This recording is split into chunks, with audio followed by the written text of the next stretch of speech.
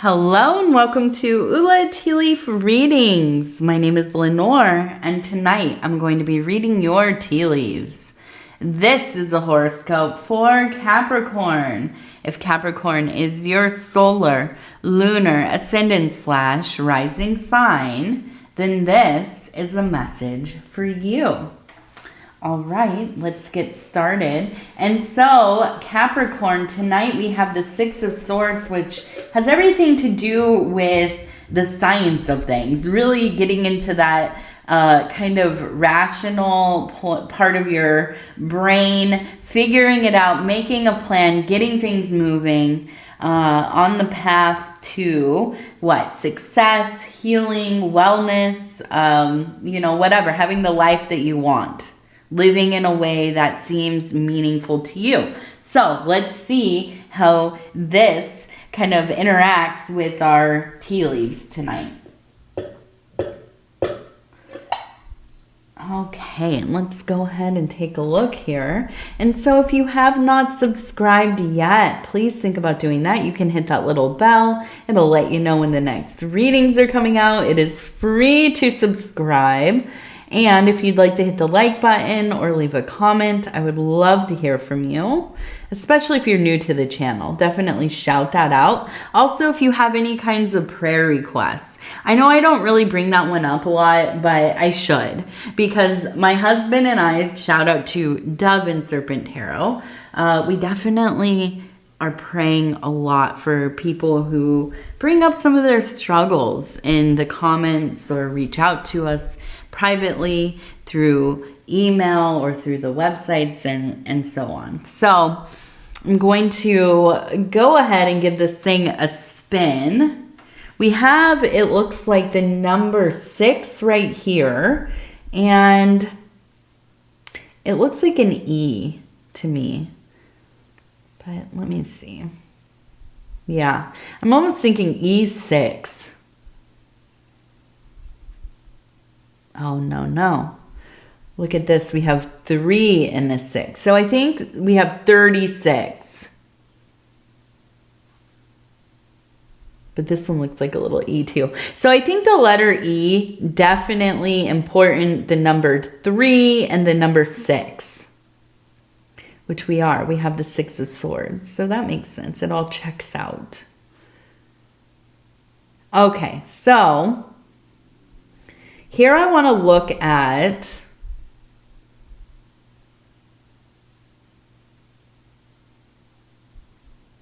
it looks like we have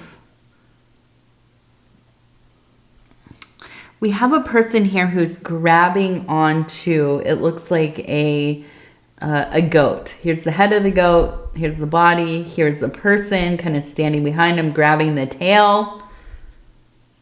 That goat is going to kick you. Be wary of that. Don't get behind it and grab it. And I do just feel like there is, I'm looking at, we have a hook up here. We have, it looks like 2 people quarreling down here. We also have a question mark. Now, I also see, and I'm reading this as being kind of like a house, a compound, like a place that feels big and vast, and kind of how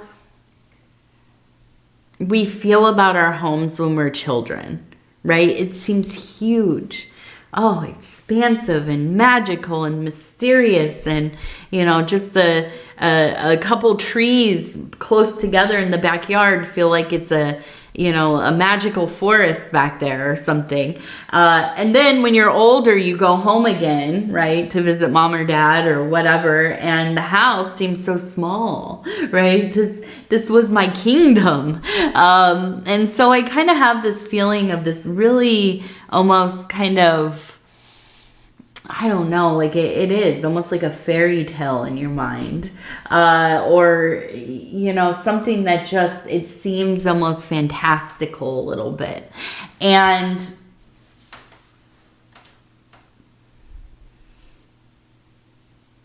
the feeling I'm getting here is that there is somebody who there's somebody who has been trying to control you in your life recently. And I think it's been an ongoing thing. And I feel like this is something that you're very troubled by. Obviously, none of us want to be controlled, but especially a Capricorn. Now, I have a Capricorn ascendant placement, and I always say to myself, my kind of, the part of me that wants to run everything, I really feel like that's the Capricorn. Now, it's not that I want to control people. I don't want to I don't even want to tell people what to do. I don't want to tell people what to do at all. But I do like a smooth running system. And I'm thinking of my household here and also the business that my husband and I have. But I want things done in certain ways, and I want them on a schedule, and I have a routine and all of that. And it makes me feel good about, you know, my life, and I know what's happening. There's not a lot of surprise to it. And yeah, I don't know. I feel like that's part of the Capricorn in me. So then when somebody comes in and disrupts the way that I'm living, the way that I'm doing stuff, they have their input, they're trying to correct, oh, you should do this, you should do that, da-da-da. I don't like that. I don't think anybody does, but I really don't, you know, and I think that's also the Capricorn. And I think that you can relate to this. Now, I feel like we have a younger energy here, and we have it for two reasons, okay? The person I think that is coming in and trying to, you know, really, I wonder if this is like an adult child. I get this feeling that's like, I really love this person. I want to try to listen to them, but it's like a dynamic shift, right? Like your kid is grown up, they've gone off, they have their own family, they're running their own household. And now when they like start getting too involved in what I'm doing, they're coming over to my house and trying to tell me what I should do. What kind of, well, first, I don't know why this came up, but like telling me, oh, you need to use this other dishwashing soap. You need to do this. You need to fold your towels this way. This is the better way. You need to keep your temperature at this degree in the house because that's the most efficient. And it's just not what you've chosen. It's not what you want to do. And maybe, yeah, you do some of the things in your life the hard way, the long way, but that's how you like to do it. But you have this person who's just like really overly involved and you love them. So it's like, yeah, I don't want to like, you know, get angry with them. I don't want to tell them to kick rocks because, yeah, this is, you know, my kid, my niece, my you know, beloved family member or friend or whatever. But my goodness, I'm getting to the end of my tolerance here, okay? And I'm looking at that house, right? And I feel like this is all centered around the house. But there's that sense of childhood as well. And as I'm thinking and as I've been looking at this, it really kind of feels like this dynamic is kind of triggering because I feel when you were young, when you were a child, maybe you had a domineering parent.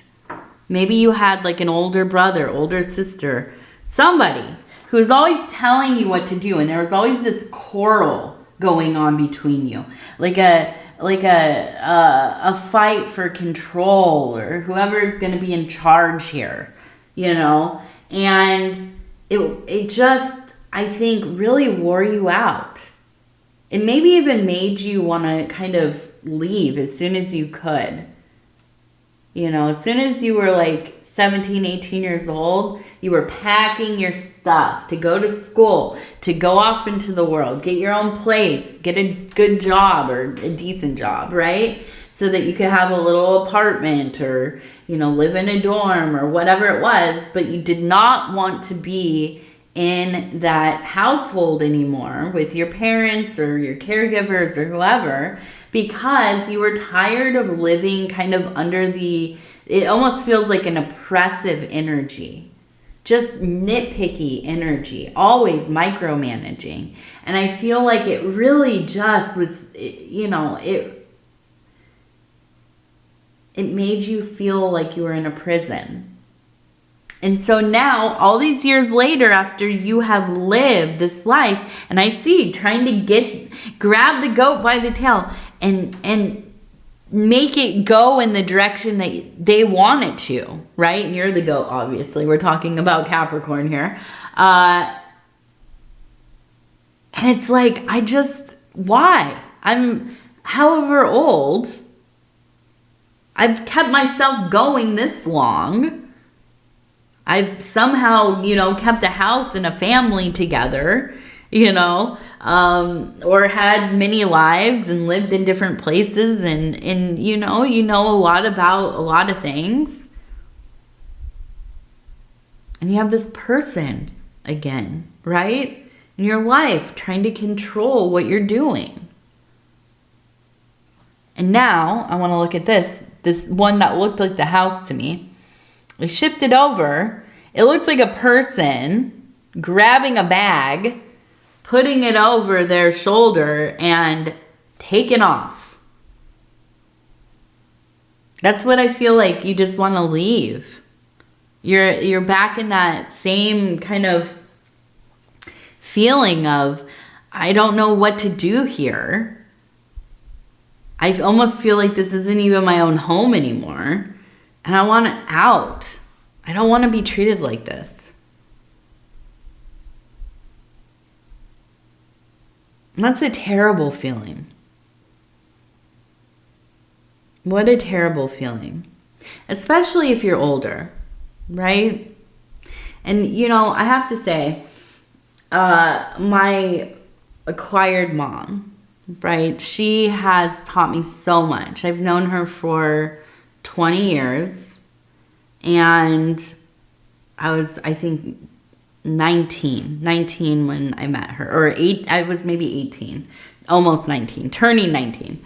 And yeah, she's raised me basically into an adult, like a full adult, right? Well, now she has been diagnosed with Alzheimer's. And of course, we've kind of seen this happening over the last few years. And, you know, I'm pretty involved. I see her often and, you know, whatever. I do a lot of stuff over at the house and stuff.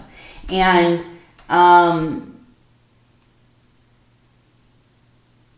it's hard. And I'm trying, you know, I'm really in this place where I am trying to navigate. Like, I don't want to overstep.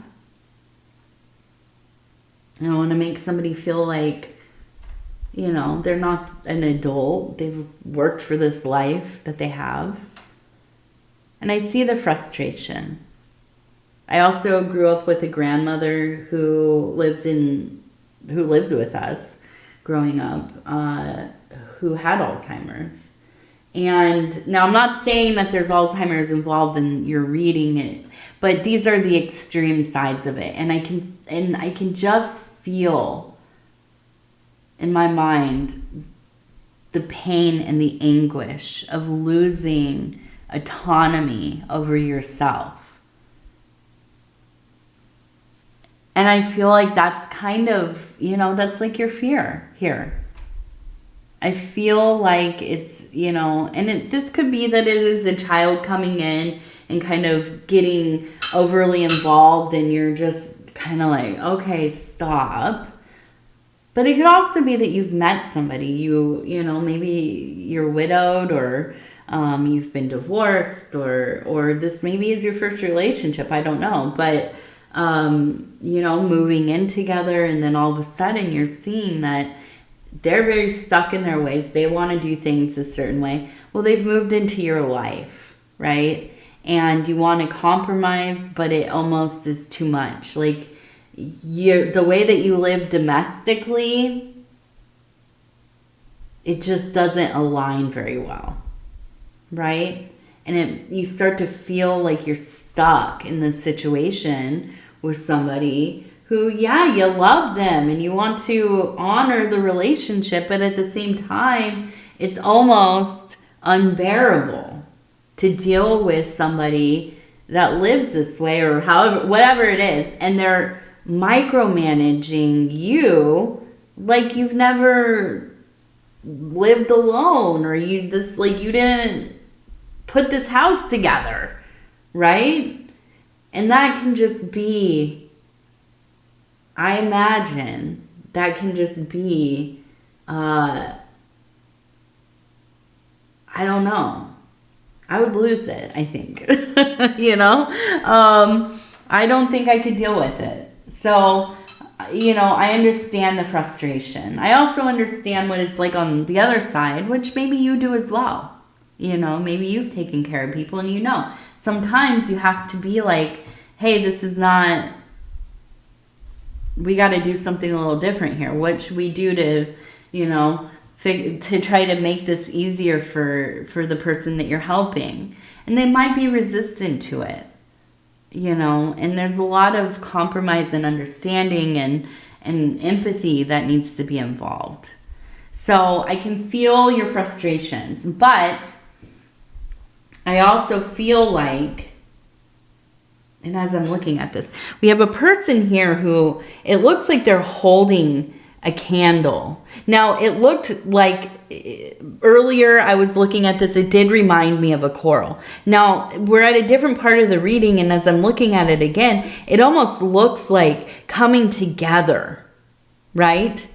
Trying to figure this out together, trying to get that candle of illumination lit, right? So you have some understanding of, like, how are we going to go forward with this?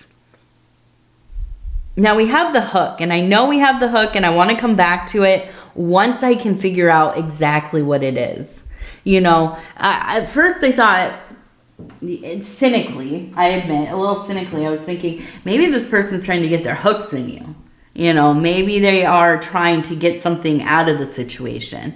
Which, listen, we all know family can get pretty wild when they think that you have something that they want. Or, they think that they are going to inherit something or whatever. So I'm hoping it's not that. But I want to look at our Oracle of the Radiant Sun. I want to see if we can get some clarification here. I'm just going to pick 3 cards. So we have detachment, status. Okay. Then I think up here I'm going to see harmony. Okay, detachment, status, harmony. So I almost wonder if this person that is getting involved, I'm almost like, I don't know why, but this almost feels like it could be like a daughter-in-law, or like a female person, feminine person who is not blood related, not even that close, honestly, but I feel like it's almost like there's like they're trying to prove something. And that's why I'm seeing detachment. This isn't like, I feel like you love them, or you love, like, it's like your child's spouse, and you love them, but you love them mostly because they are your child's spouse, or, they're like the parent of your grandchildren or whatever. So there's an amount of detachment. They might not be your favorite person, but you will honor them because of the family, because of your relations to your kids and so on. Now, I feel like part of this is about status for them. I feel like it's almost like a kind of a put on, that they're really trying to lay it on thick, that I'm so helpful, I'm so part of the family, I take all this time to help my my in-laws, and And look at me, they're like posting about it, and like the whole world is like, you know, knowing what's going on, and they're not very private. It's just like all out there. And that maybe also is part of why this feels so dire to you, because you're probably a very private person for the most part. Right? Like if you share something, it's because you want to share it, not because your daughter-in-law came over and, you know, overheard something or saw something, and then she runs to the group chat and talks about it or posts it on Facebook or whatever, you know, and you feel violated because they're putting your privacy, you know, to the wind, basically. But I do also feel like there will be, and this is the part I really love, there's going to be harmony. Okay. Now, it might not be easily won, but I do feel like things will settle down. I wonder, because this is a thing of status for them, will their gaze move quickly? Right? Oftentimes, people who are trying to get some kind of clout or some kind of you know, like, what is that thing called? Somebody said that I was doing this like a few months ago, which I really laughed, but what is it called? Virtue signaling, right? I was talking about, what was it? It was DV, I think, you know, and if you don't know what that means, mistreatment within a relationship, right? One that can escalate. I was talking about it, talking about resources and this and that. And the person said, you're virtue signaling. I was like, this is something that we need to talk about, right? That there's no virtue signaling. I'm talking about it because it's a very real problem. And a lot more people go through it than, you know, we might realize. And so, yeah, but then there are people really out there chasing kind of this like, oh, I do so much for everybody in my life. I'm so, you know, I'm like the savior of my family. I'm such a good person, this and that, you know, and there are people like that. You know what I'm saying? And so the thing that is nice about being unfortunately focused on by somebody that is doing this is that they get bored easily, and the likes don't always keep coming if they don't have something new to focus on. You know what I mean? So hopefully they'll be on to their next, right? There's going to be something else for them to have a you know, whatever, their attention upon. And that brings harmony back into your life. Okay? And well-deserved, right? You really need the harmony, just like we all do. I know. I always, I always laugh at myself because, listen, I love people. I love you. I love my, you know, my family, my friends, the people that I've been so blessed to know. Ultimately, my major request in life from the divine is that I just live a life where I'm as unbothered as possible. I just want to be left alone for the most part. And that's just because I'm very introverted. I like to just be in my own world, doing my own thing with my little family, you know? And I think that's also maybe a Capricorn trait, right? That might be really a Capricorn-y thing. And so you might understand that. We find harmony when we can just be left to our own devices. We can be left to do our gardening, left to do our, you know, whatever. What are you into? Sewing, knitting, you know, I don't know, building cars or whatever your hobbies, your interests, your work. That's the other big thing for us Capricorn, you know, forward people are. We like to work. I like to work on things, to some degree, yeah, we like to make money. Who doesn't? But yeah, we're usually pretty good at making money. And although that's maybe not my strong suit all the time. But, you know, you don't want to be bothered. You don't want to be bothered by somebody who is, what is that? It's like a do-gooder. Somebody just goes around doing things so that they can post about them. It's like those videos, right? Where people film themselves giving money to people in need or giving items to people in need. And there's this whole kind of like, I'm trying to raise awareness, but they're filming people and they don't know they're being filmed, usually, I assume. And then posting it on the internet, you know? And it's, I don't know. So, yeah, I feel like will be a harmony. And I think it's because, yeah, they just are up out of there. They're leaving the situation, the scenario, have other things that they need to do and save and post about. So, let's also look at, it looks like a 5 and a 0. Okay, so we have 50 as a number.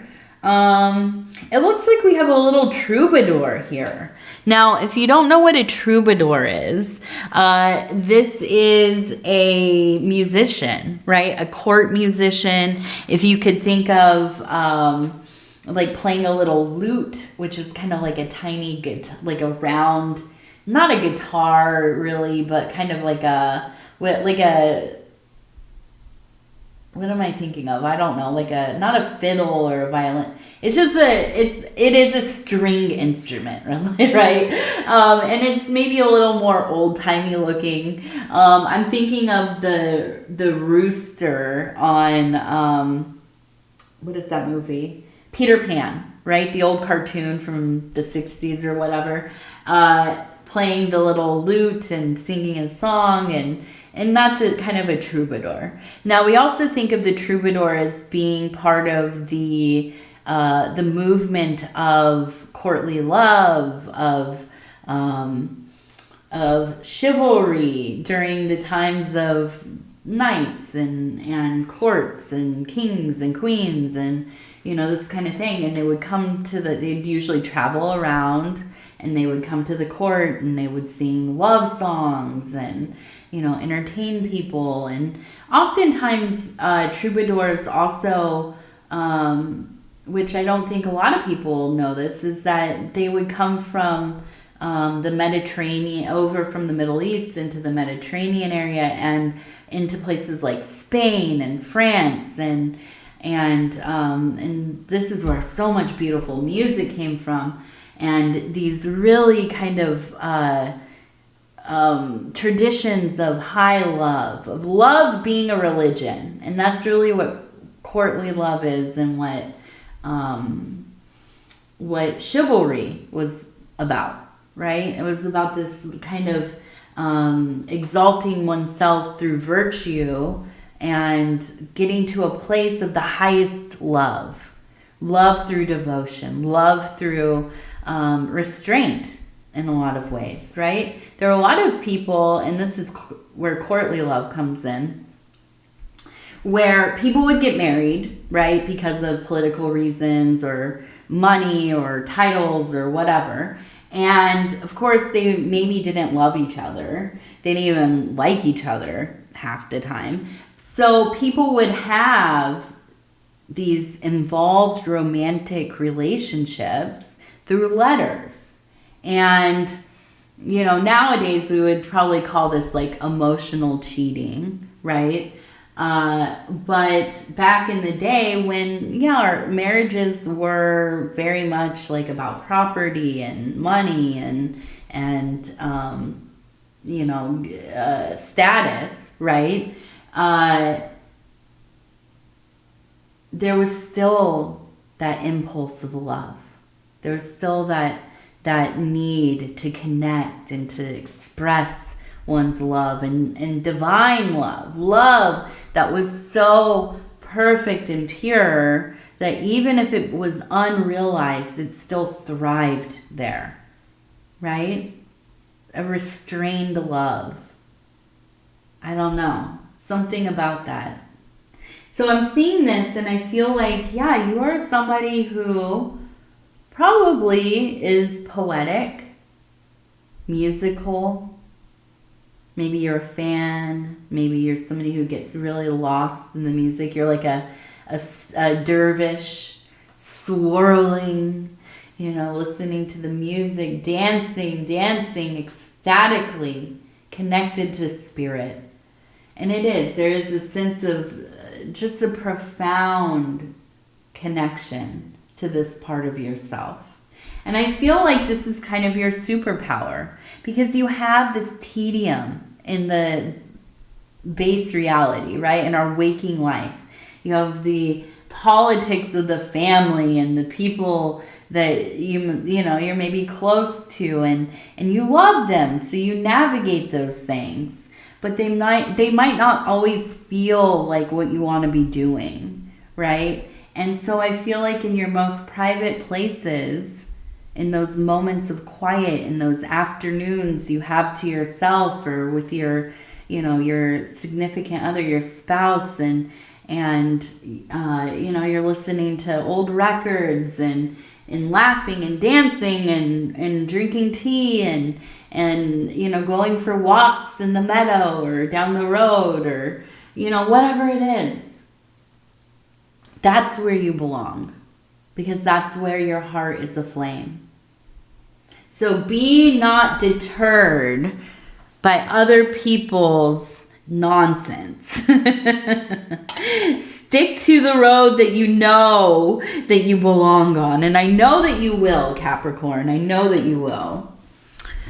All right, let's do our, what are they called? These are our gratitude affirmation cards. They're from Purple Canyon. And I'm just going to go ahead. I'm going to flip through and stop where it feels right. All right, allure of aroma. I appreciate the aroma of life. I am thankful for the scent of freshly baked goods, rain-soaked grass, and my favorite perfume. I am grateful for the experience of fragrance my sense of smell brings to each moment. Practice. Have you ever noticed your response when a familiar scent wafts into the room? Give thanks for the gift of this, what is that, olfactory sense? I've never seen that word before. Olfactory sense. I have to look it up. Let's look it up real quick. Maybe I've seen it or heard it, but it sounds kind of familiar, but I don't know. Okay, so let's see. Olfactory means relating to the sense of smell. Okay. Special sense through which smell is perceived. Nice. Well, I learned a new word today, so I like that. I'm such a smell person. When I was younger, of course I like certain smells and stuff, but it wasn't until I quit. Well, I don't think I can say it on here, but I quit doing the. Wow. I'm just going to say it. I quit smoking, okay? And I did that like 10 years ago or whatever, when I got sober. And my smell slowly came back to me because I had been smoking for years. And I quit when I was like, I think 30, or 29. And I had been smoking for, I don't know, I think it was like 16 years or something. So you do the math, you know what I mean? I was one of those kids. And I quit and it started to come back to me. But then I got pregnant when I was like 35. Some years after I had quit. And my sense of smell got so amplified, like ridiculous. And I thought, okay, well, once I'm not pregnant, it'll get better. It only got more, and maybe not as like, I'm not like super bothered, like I get nauseous by things, but I smell everything. I can smell when we're getting sick. I can smell like a week before anybody has any symptoms. I can start to smell the difference in like my husband, my daughter, even the cats. I can smell, you know, just, it's wild, you know. And it must be like a survival thing that happens or whatever. I don't know, to like make sure there's not sickness and how, but I also can just smell like like I never noticed things. And now I don't know. And so smell is really important to me. I'm really, really big about the house not smelling like anything. That's a big one. Or, you know, I like incense and like fresh kind of smells. And well, I like musk a lot. I wear I don't even know what it's called. It's a perfume called Black Opium. My husband got it for me a while ago, and I like it. It's beautiful, but I usually wear like wood and musk and pepper. I maybe smell a little bit like a dude, like very earthy dude. But I do also wear like amber and stuff, and I like to mix my own like oils and stuff to make, you know, however I'm feeling on those days. But it's wild. I can go into a place, and if it smells like, if there's something about it that the smell I can't deal with, I just can't stay. I feel awful that I'm like that now. Even like restaurants, if I walk in and immediately I smell something, the big one for me is like rags that have been reused, and they have that kind of almost like a moldy smell to them, but it's so light. It's like, it's not, probably not that it's even super dirty or anything, but I can smell it and I can't deal with it.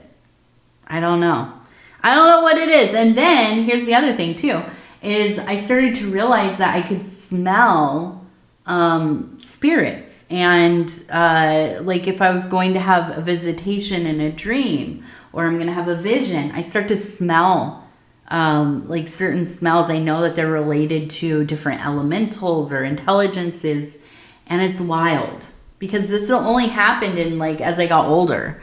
And so maybe you're the same. Maybe that's why this one came up. And if it is, I want to know, what is your experience with smell? What smells do you like? Which smells do you not like?